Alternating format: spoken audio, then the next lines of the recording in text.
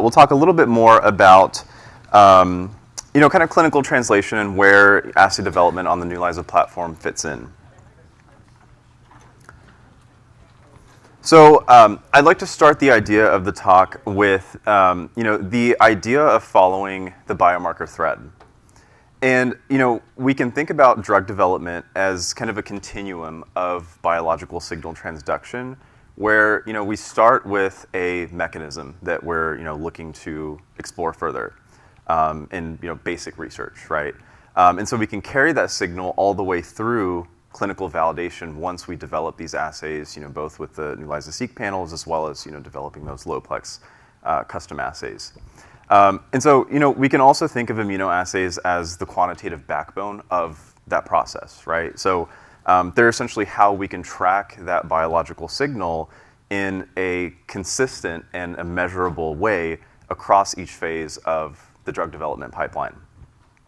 And so whether we're quantifying things like target engagement, monitoring pharmacodynamic responses, pharmacokinetics, establishing a clinical endpoint, assay precision and reproducibility, really determine how confidently that data can move forward in the process. And that's really what drives that translational success, right? So sensitivity gives you the ability to actually measure the biology. Specificity tells you that that signal is real. And then transferability ensures that that signal can be reproduced all the way from discovery to the clinic. And so this concept of continuity and carrying that same measurable signal across each phase of the drug development pipeline is where the new ELISA technology as a whole really shines. And so we enable development of these assays on the platform itself. And so that allows you to really maintain the sensitivity of a research tool, but then also the rigor that's required for some of those more validated studies. And so at the discovery stage, we're still trying to figure out kind of what's relevant, right? So which biomarkers really connect to the mechanism that we're trying to test. And at this point, you're usually dealing with targets that are low abundance, things that are unstable, things that aren't covered by existing panels. And that's really where new ELISA-seq panels, so our multiplex panels, stands out, right? So it gives us a way to look across hundreds of proteins in your samples all at once with the kind of sensitivity that you would typically expect from singleplex assays. So you're not limited necessarily to what's already known and kind of what's already out there. And so once those key signals start to emerge from your discovery experiments, that's where those custom new ELISA qPCR assays come into play. So it lets you take those novel biomarkers from your discovery experiments and then build those quantitative single or low-plex assays around them, right? All within the same chemistry, the same platform, the same workflow, and more importantly, the same raw materials. And it's a way to keep the data connected, right? So through all of your early screening, through the translational phases, it makes your data interpretation downstream that much simpler.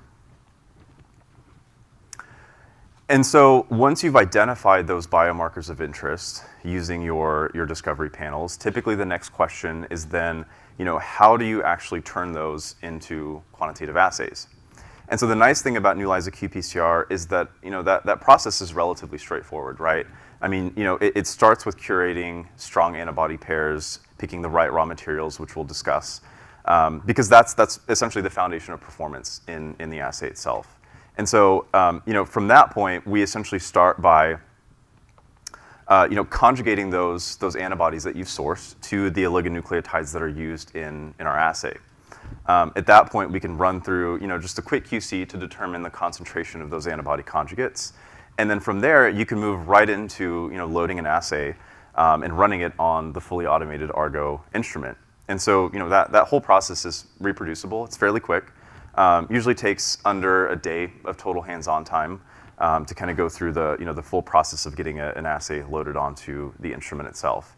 And one of the things that I think is very powerful about this approach is the fact that you can take those discovery stage candidates that you've identified with the new ELISA-seq assays, and within a relatively short turnaround time, you can build a high sensitivity assay ready for your translational work.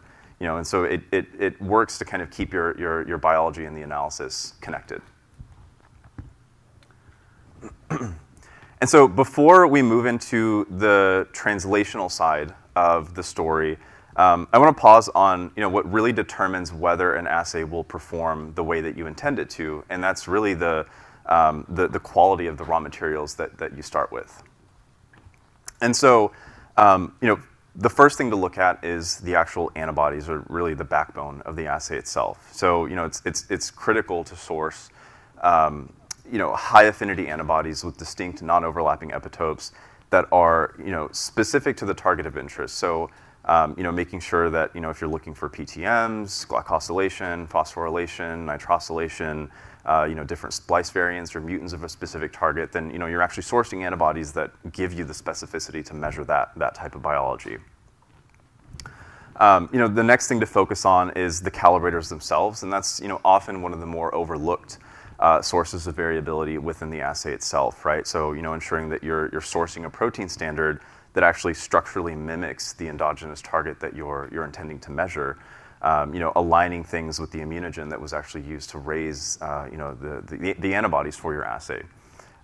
Things like truncated or tag-modified antigens can sometimes throw off the curve. There's some considerations around that, but it's also important to quantify those calibrators independently and test those in a representative matrix of the biology that you're testing, because that's really what allows you to generate a calibration curve that mimics the actual biology that you're intending to measure with the assay.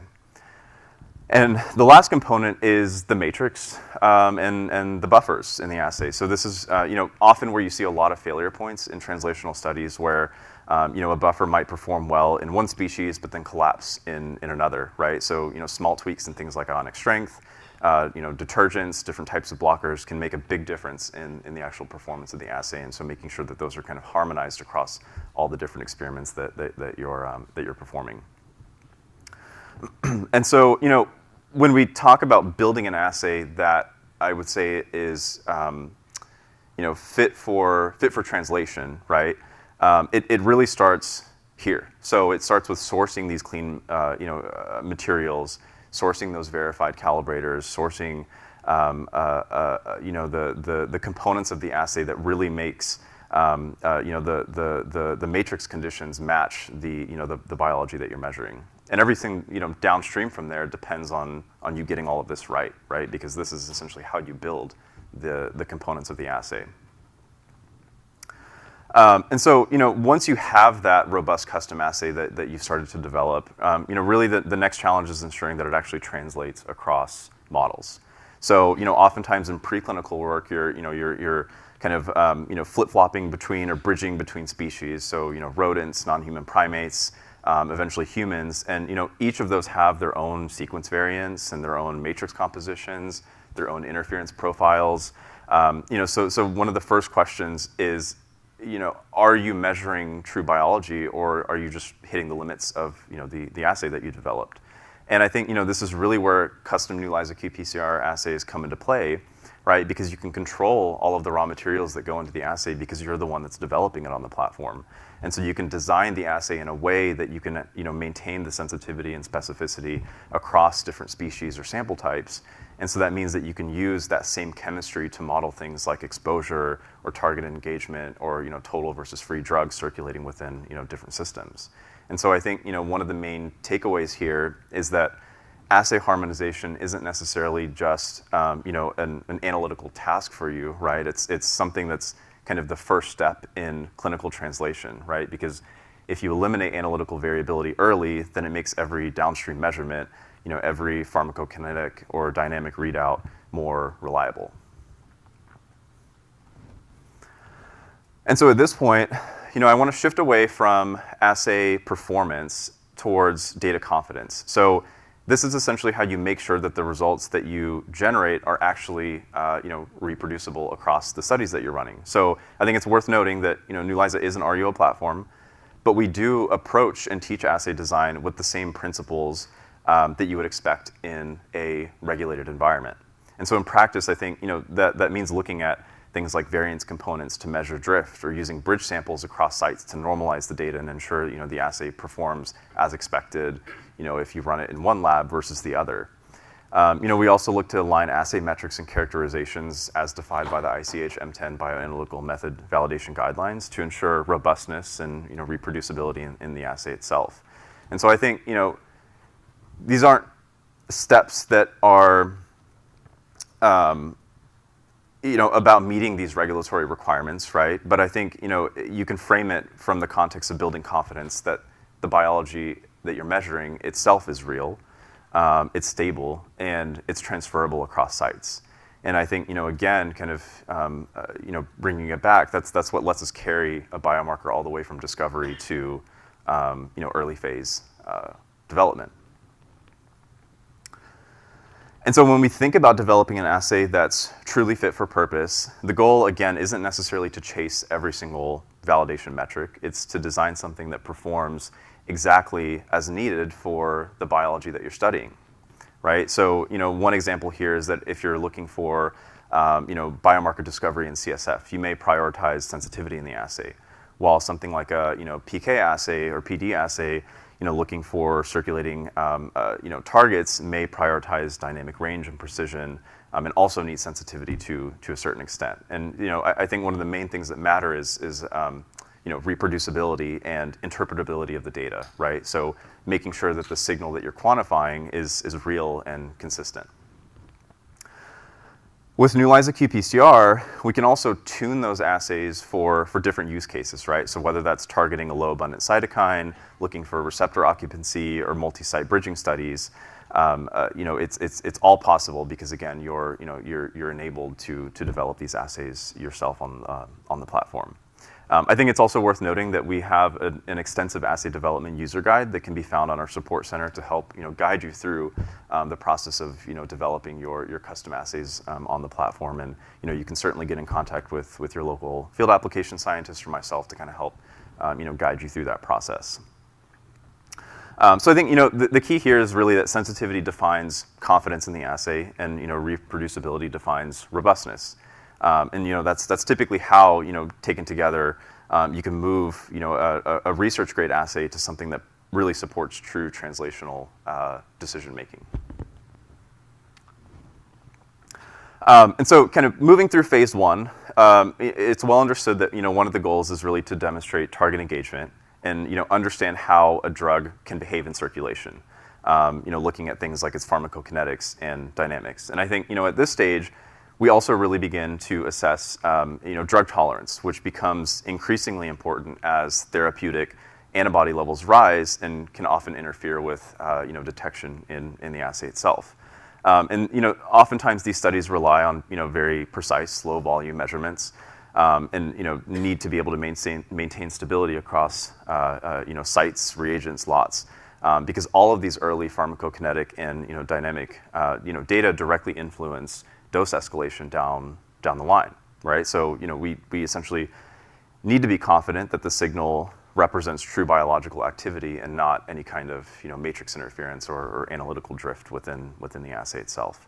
And I think it's worth noting that new ELISA chemistry provides a significant advantage here, right? Its broad dynamic range, its ultrasensitive nature, really does enable accurate quantitation of both low and high concentrations within a single dilution. Capturing really the entire pharmacokinetic profile all the way from Cmax to eventual clearance of the drug. And I think this level of performance also supports things like drug tolerant assay formats that can distinguish free versus total drug in the system as well. And so one of the things to note on the slide here is that so we had a recent publication out of Genentech where they had developed a pharmacokinetic assay to quantify etrolizumab. So this is a humanized monoclonal antibody typically used to treat inflammatory bowel disease.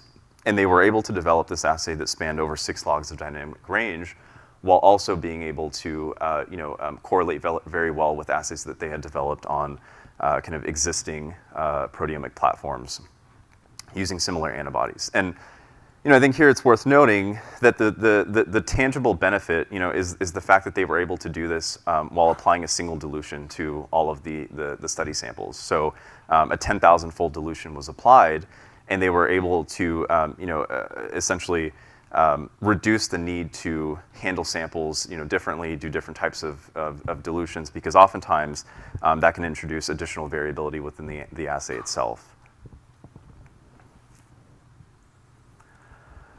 And so, once an assay proves itself in these early human studies, the next challenge is maintaining that data continuity as the program starts to scale, right? So every transition, every new lot, every CRO, every phase is, an opportunity for analytical drift. And so, it's important to note that, rather than requalifying these assays from scratch, you can use things like, bridge samples to kind of, connect these data sets and ensure that the data is reproducible as they, as the program starts to scale, or the assays, get transferred to different sites to be ran. And so the overall result, is continuity in the data itself, right? So the ability to compare results all the way from discovery through late phase trials without losing the actual interpretability of the data itself. And so, by the time we reach phase 2 and phase 3, our focus turns towards linking those biomarkers to actual clinical outcomes, right? So establishing which signals correlate with efficacy, with safety, and with patient stratification. And so on the left, you have your multiplex ELISA-seq workflows. So these are panels where you're profiling hundreds of biomarkers across key biological pathways, and they can often help identify these mechanistic and combinatorial signatures that explain any kind of variability that may present itself in a patient's response to a drug or a therapy. They're especially powerful tools for differentiating responders from non-responders, and for also exploring things like unexpected outcomes in the middle of a trial. On the right, we also have the custom assays that you yourself can develop. So these are often designed for precision, right? For tracking changes in specific biomarker profiles that you've identified in your earlier experiments. Measuring validated pharmacodynamic markers, generating predictive thresholds, or even surrogate endpoints that require low volumes and reproducible quantitation across multiple sites where the trial might be ran. And at the center of all this is where those two worlds converge, right? So this is clinical correlation. So you have multiplex discovery that ensures that you never lose the biological context that you're measuring, while those singleplex assays provide that level of kind of quantitative rigor that regulators and clinicians often look for. And so together they can essentially create this continuous feedback loop where discovery informs precision, and precision validates the discovery itself.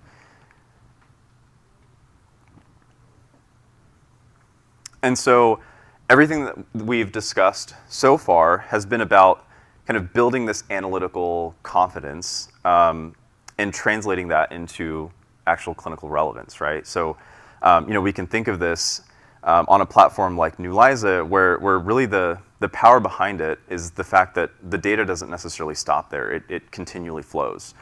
So I always like to think of this as a feedback loop instead of just kind of a straight pipeline. So typically, you have your phase 2 or your phase 3 trials where you learn kind of which biomarkers tracked with a certain type of therapeutic response and which ones didn't. How can I better enroll patients? How can I stratify patients? And you also learn a little bit more about how the assay performance held up in kind of real world situations. And I think it's important to note that those insights directly inform kind of the next discovery cycle. So you have new targets that could potentially be identified. You can have redefined panels that are more specific to the biological context. You can develop more robust assays. You can even go back and do reanalysis of trial results to try and understand how can I better recruit patients if a specific trial failed for one reason or another. So again, I mean, rather than kind of a straight pipeline, how it's often thought of, it's a feedback loop, right? I mean, each generation of data improves the next. And so, at the start of the talk, we looked at how immunoassays kind of trace the biomarker thread from mechanism to medicine. And, everything that we've discussed so far, things like the analytical discipline, the rigor, the bridging, the translational data really comes together here. So, custom new ELISA qPCR assays that you're able to develop are what make the continuity real. It's using the same chemistry from discovery all the way through validation. And it gives you the flexibility to design assays that are truly fit for purpose and ready for validation tomorrow. So each custom assay that you develop becomes that bridge. It's linking exploratory biomarkers to interpretable and actionable outcomes. And so when we say things like mechanism to medicine, we're describing this translational workflow that connects discovery to application. And it's all made possible through using custom ELISA qPCR assays.